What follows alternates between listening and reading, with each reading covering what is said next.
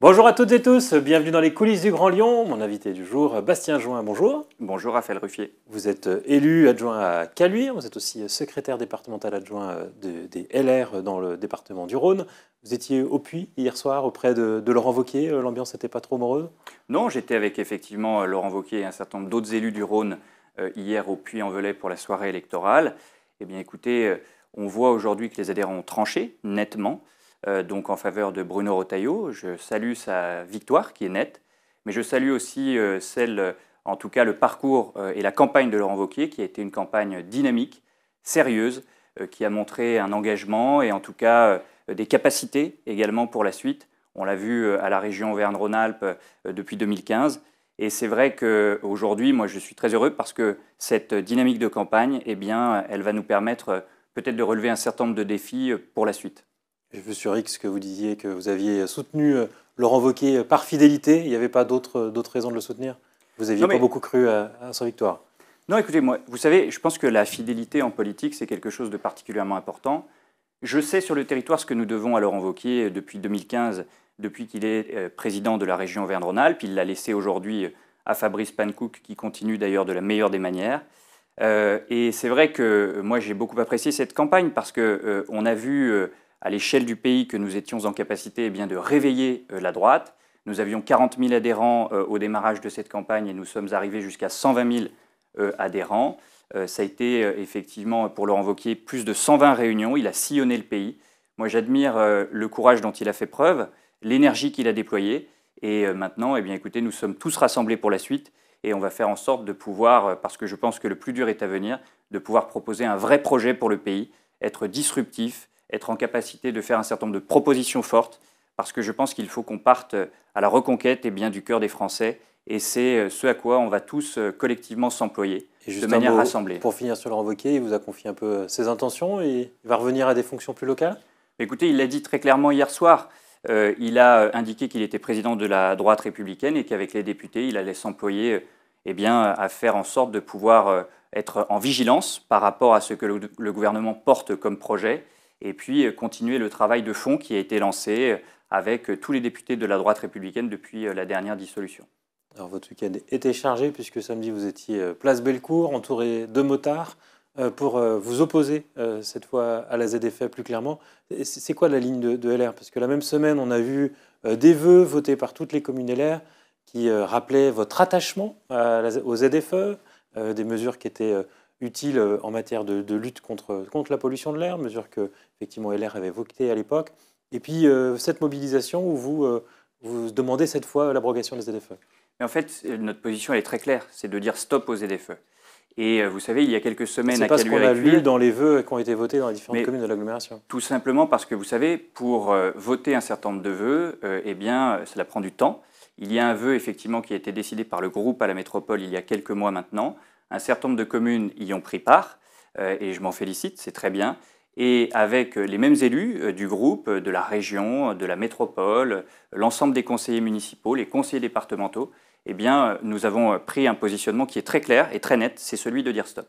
Et c'est la raison pour laquelle, d'ailleurs, avec Fabrice Pankouk, avec Christophe Guillotot, avec un certain nombre de parlementaires, 4 présidents d'intercommunalité, des centaines de conseillers régionaux, conseillers départementaux, conseillers métropolitains, conseillers municipaux, nous avons signé collectivement une tribune dans le journal du dimanche pour dire stop aux ZFE, parce que nous pensons que les ZFE aujourd'hui sont une véritable bombe sociale à retardement, pour une raison très simple, elles viennent exclure toute une partie de la population de nos centres-villes qui viennent travailler, qui viennent se soigner, qui viennent voir leur famille, qui viennent consommer. Les Lyonnais le disent tous les jours et d'ailleurs c'était au cœur des échanges samedi place Bellecour avec un certain nombre de commerçants qui étaient venus témoigner des impacts et des effets de la fermeture de la ville sur elle-même et c'est ça aujourd'hui que nous dénonçons.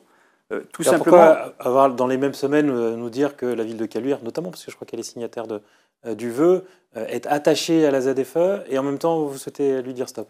Non mais c'est très clair. Nous aujourd'hui ce que l'on dit avec l'ensemble des élus de droite, c'est que la qualité de l'air elle s'améliore continuellement depuis plus de 15 ans dans l'agglomération lyonnaise.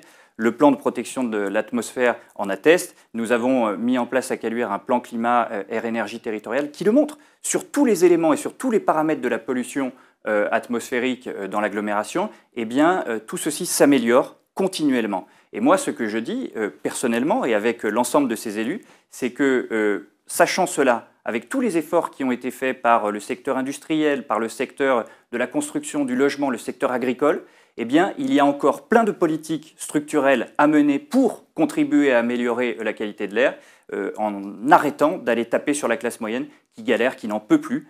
Si on veut continuer à fracturer le pays encore plus, eh bien, on continue et effectivement, on va au bout de cette ZFE qui va conduire tout simplement à supprimer plus d'1 million de véhicules des territoires de la métropole et périphériques qui ne pourront plus venir se soigner, consommer ici à Lyon. Et ça, c'est juste pas possible. Alors concrètement, sur les ZFE, ce qui était demandé par le vœu, c'était un moratoire sur les critères 3 qui sont interdits depuis le 1er janvier, et puis de repousser le calendrier de l'interdiction des critères 2 qui est prévu d'ici 2028.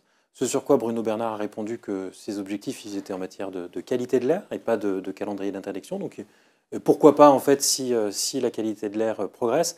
Donc ça c'est les vœux que vous avez votés à la métropole. Vous, ce que vous souhaitez, c'est aller plus loin, c'est l'abrogation complète des ZFE. C'est le retour aussi des voitures plus polluantes qui avaient été interdites dans l'agglomération. Vous voyez, et ça nous sommes très clairs, et c'est des discussions que nous avons au quotidien avec Alexandre Jardin. Vous voyez bien qu'aujourd'hui, les Français peinent à finir les fins de mois. Vous avez beaucoup de gens dont la fin de mois démarre le 5. Ils ne peuvent plus se loger. Ils ne peuvent plus finalement consommer. C'est très compliqué. Et aujourd'hui, on vient attenter à leur dignité en leur supprimant leurs moyens de locomotion parce qu'en fait, on vient faire purement et simplement le tri entre ceux qui peuvent changer de véhicule et ceux qui ne le peuvent pas. Les critères 5, 4 et 3, à Caluire, pour prendre l'exemple de ma commune, c'est 4000 véhicules. Qu'est-ce que vous dites à ces gens-là du jour au lendemain ? Qu'est-ce que vous leur dites? Eh bien, tout simplement, vous leur dites, vous ne pouvez plus aller à Lyon. Voilà, c'est ça la réalité. Et à terme, il y a des exceptions, il y a des raisons pour lesquelles on peut toujours... Oui, vous avez un certain nombre d'exceptions, mais c'est 52 jours par an. Moi, j'ai le cas d'une dame que j'ai rencontrée, pas plus tard que samedi à nouveau, qui a un véhicule critère 3, 50 000 km. Elle a 85 ans, elle l'utilise tous les jours. Elle se soigne, elle va voir ses petits-enfants, elle fait ses activités associatives, elle va faire ses courses. Ce véhicule-là, elle l'utilise tous les jours. Qu'est-ce qu'on lui dit? Elle ne peut pas faire de prêt. Eh bien aujourd'hui, tout simplement, c'est la raison pour laquelle, avec cette dame et avec tous les exemples que nous rencontrons au quotidien, c'est la raison pour laquelle nous disons stop. Et Bruno Bernard, je vous rappelle quand même que c'est lui qui était à l'origine d'aller plus loin que la loi. Il veut interdire effectivement les motos, et c'est d'ailleurs la raison pour laquelle ils étaient à nos côtés donc samedi pour la manifestation Place Bellecour qui était organisée par la Fédération française des motards en colère. Les critères 2, Bruno Bernard voulait les stopper et en tout cas les interdire au 1er janvier de l'année 2026. Il est revenu sur cette démarche-là parce qu'il avait un calendrier électoral qui pouvait potentiellement le pénaliser. Et donc, sur 2028, et il a dit d'ailleurs qu'il n'en faisait pas un totem. Oui, il a dit qu'il n'en faisait pas un totem parce qu'il a compris que c'était une bombe sociale et que même dans son exécutif aujourd'hui, il n'y a pas de ligne directrice par rapport à ceci. Il a donc décalé l'interdiction des critères 2 à la fin d'année 2027 et aujourd'hui, moi je pense très clairement qu'il faut dire stop parce qu'on s'aperçoit que ça n'est juste pas tenable pour toutes ces familles grand-lyonnaises et des territoires périphériques qui n'ont pas le choix que d'avoir ce véhicule pour se déplacer. Ce qui était prévu quand les ZFE ont été votés, c'est des mesures d'accompagnement, des financements d'État pour aider à la conversion des véhicules. Ce sont ces mesures d'accompagnement qui ont manqué? Mais vous savez, c'est peut-être un certain nombre de mesures d'accompagnement, des mesures également de communication. La métropole de Lyon, c'est 1 500 000 habitants. Savez-vous combien de dossiers ont été déposés de demandes d'aide à la métropole de Lyon? Oui, je crois qu'il y en a 650 qui ont été retenus. 600 dossiers ont été déposés à la métropole de Lyon pour une métropole d'1 500 000 habitants, où vous avez des centaines de milliers de véhicules et où vous avez, avec les territoires périphériques qui sont concernés, plus d'1 million de véhicules qui devraient être interdits d'ici à la fin d'année 2027.